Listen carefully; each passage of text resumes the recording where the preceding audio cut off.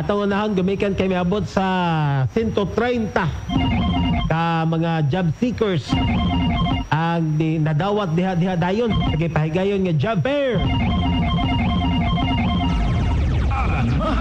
Sa Super Radio. Yes, Super Alan, pasok.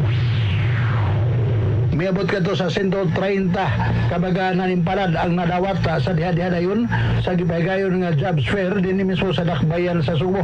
Aga na isgutan nga mga nadawat na kumpleto kini sa ilang mga dokumento samtang adunay dili mominos 53 usab galaing mga aplikante nga kalipikado ug nakasulod samtang adunay 33 nga matud pa kuwang og mga dokumento sa ilang pag-apply sa mga trabaho.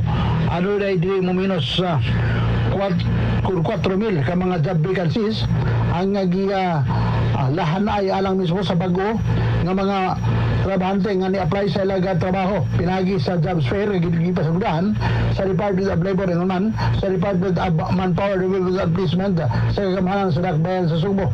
Aga na isgutan nga jobs fair masud pa naghatag kini kahigayon sa mga Subuano nga gitawag ng manggagawang Pilipino kagapay sa pag-unlad sandigan ug mas mataas na bagong Pilipinas. Di gisalmutan sa dili menos 35 ka mga kompanya nga hapit paabot kato sa 4,000 ka mga job vacancies nito nga Pizza Uno. Ako sa Ramahid sa Jimmy Super Radio DY Dobres dapat to. Morning na Cebu.